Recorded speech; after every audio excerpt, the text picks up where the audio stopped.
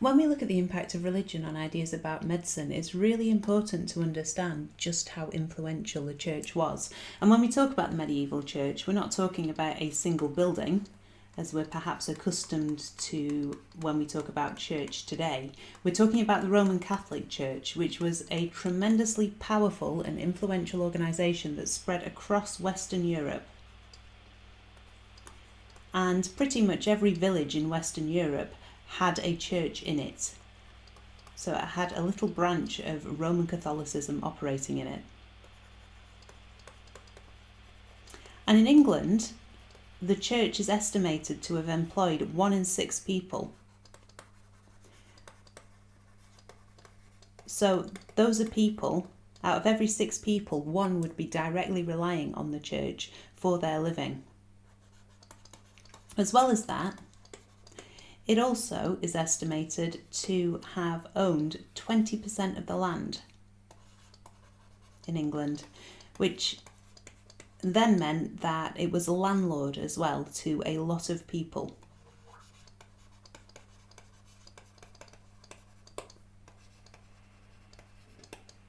And is very, very wealthy. It has the right to collect something called a tithe, which is a 10% tax on everybody's income.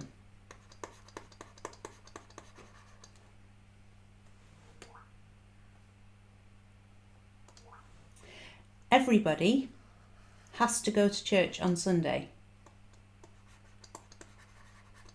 If they didn't, they could be fined. It has its own courts, so any churchman who commits a crime is actually protected from the king or the government of their country by the church courts. And the church can also charge ordinary people if it feels that they're living sinful lives. It could criminalise and punish them for that as well. But perhaps most importantly, the church has a monopoly on education, because anybody who can read and write in medieval times either belonged to or was taught by the church, and anything that was written down by members of the church. It would be written by hand by monks. So that means the church controls effectively everything that is read, everything that is written, and everything that is preached and agreed with as well. And that means that it can have a massive influence on how people think of their bodies and how their bodies work and why their bodies work and why their bodies don't work as well, and what should be done about it. Now, when it comes to explaining disease, the church has a number of explanations. So if we go to causes of disease, over here, one cause that the church gives for disease is that it's a result of evil in the world. The church sometimes taught that disease was caused by the devil, who is an evil spirit who in the Bible is God's enemy and is working to make the world a worse place and to turn people against God. So sometimes when people got ill, the church would tell them that it was the devil at work, and as part of that they might also tell them that it was caused by witches casting spells because they were working with the devil, or sometimes by evil sprites or imps or similar. And this fits in with the church's way of looking at the world, which is that the world is a battleground between good and evil, and between God and the devil. So sometimes when people got sick, the church said it was because the sickness had been caused by a devil. However, the church did also sometimes claim that sickness was caused by God.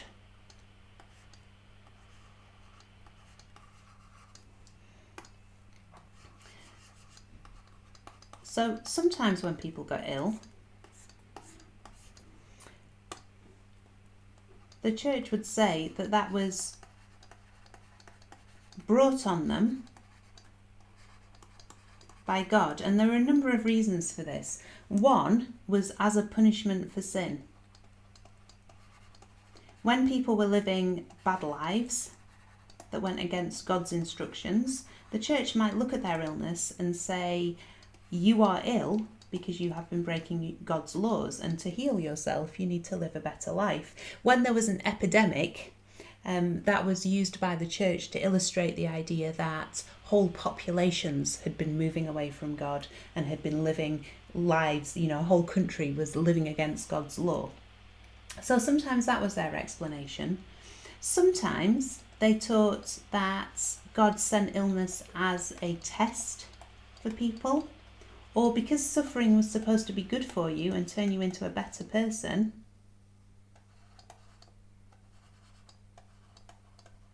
They taught that it was to purify people's souls and to turn them into better people who would get to heaven quicker. Now, one of the convenient things about this for the church is that they can use these explanations to prove that God exists. If you believe that God causes disease, then whenever somebody gets a disease, then it proves that God exists. And if people get better from disease, you can use that to prove that God conducts miracles. So that can be quite an important part of this. Sometimes the church used disease as a way of proving God's existence. However, the church does also have influence over some of the more scientific ideas, and it has an influence on the medical universities that are springing up around Europe at this time as well. Now, when it comes to scientific explanations for disease, the church tends to favour Galen.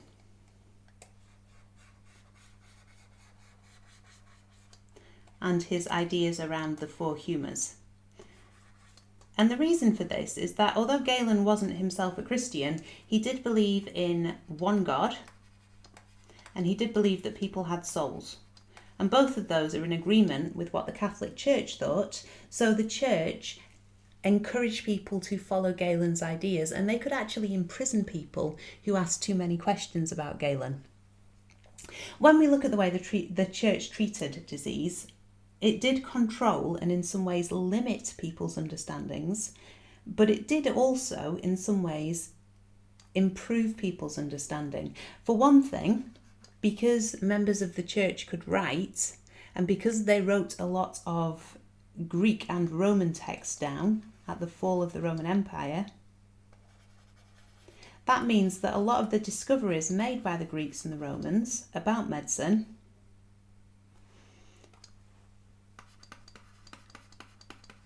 were saved by the church, because if the church hadn't written them down, then they would have been lost. And the other thing to say about the church is it did believe in caring for the sick. It believed that God wanted good Christians to care for the sick. And as a result of this, the church was responsible, for example, for setting up nearly 500 hospitals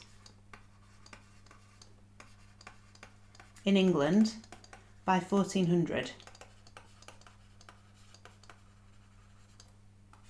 So in some ways, the church did limit people's understanding of medicine. In other ways, it expanded them. Now, as a final case study, really, to have a look in terms of the church and disease, there was a disease called leprosy. Now, leprosy is notable because it appears in the Bible quite a lot. Sometimes it's sent as a punishment by God.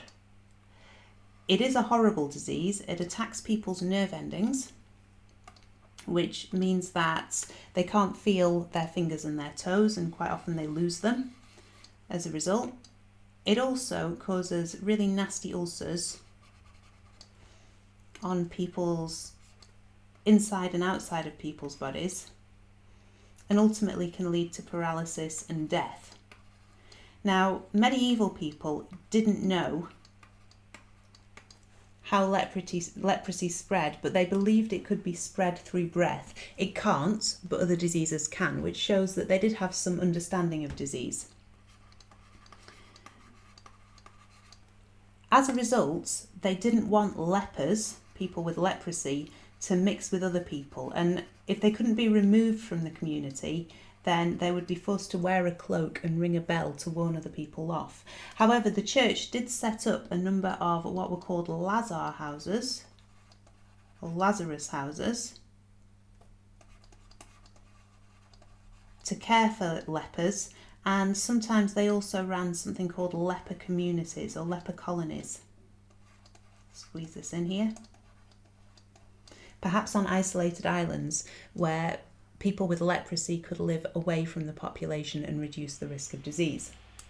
Now, that's the influence of the Roman Catholic Church on medicine. However, there is another religion at play here, and this is based around something that occurred between the 8th century and the 14th century in places around the Middle East, particularly Persia. And this is called the Islamic Golden Age. At this time, there was a very strong community of Islamic scholars who made massive advances in a number of science-based subjects, particularly things like maths and astronomy. And as a part of this, they also made huge strides in medicine. So the first hospital was set up in Baghdad in 805 AD, which is very early.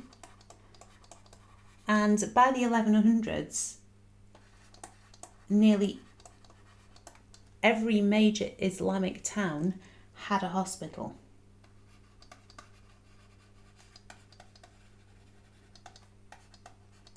And some of these hospitals were really well equipped. So, for example, a hospital in Cairo in 1283 had different wards for mental and physical problems. It had a mosque and a chapel, and it also had a surgery and a pharmacy and a library and lecture rooms and so on. Now, there's a number of Islamic scholars, therefore, who have a big influence on medicine, and some of their books are translated into Latin and then spread to the medical universities in Europe and up to England. So we're going to finish off by having a look at a few of those. One of them, from Persia in the 9th century, was called El-Razi. And he was the head of the Baghdad hospital.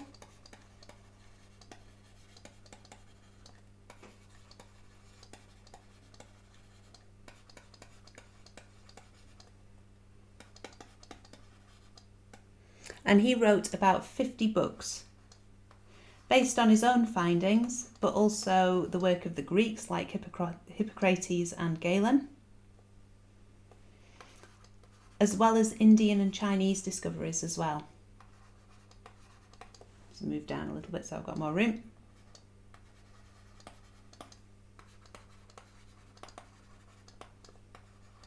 And those books were translated and used in Western Europe quite extensively. There was a man called Ibn Sina,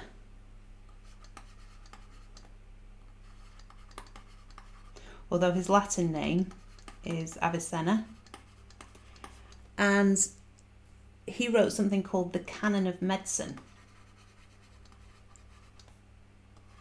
which included a description of 700 different drugs that could be used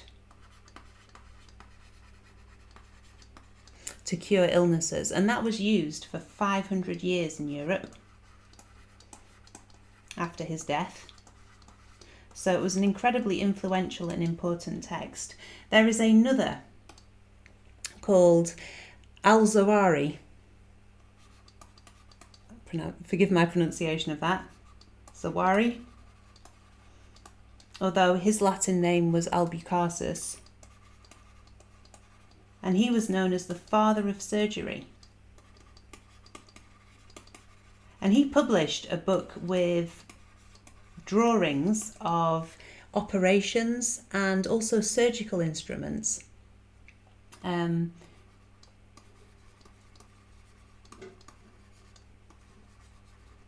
He was also the person who discovered that haemophilia was hereditary and could be passed down through families. So he had a big influence on ideas around surgery. And then finally, there was a scholar called Ibn Nafis. He was actually Syrian. There we go. And he lived in the 13th century. Now, he challenged Galen's ideas around circulation, and he suggested that blood got from the right ventricle to the left ventricle of the heart by going through the lungs. So he really sketched out the basics of pulmonary circulation 400 years before William Harvey did.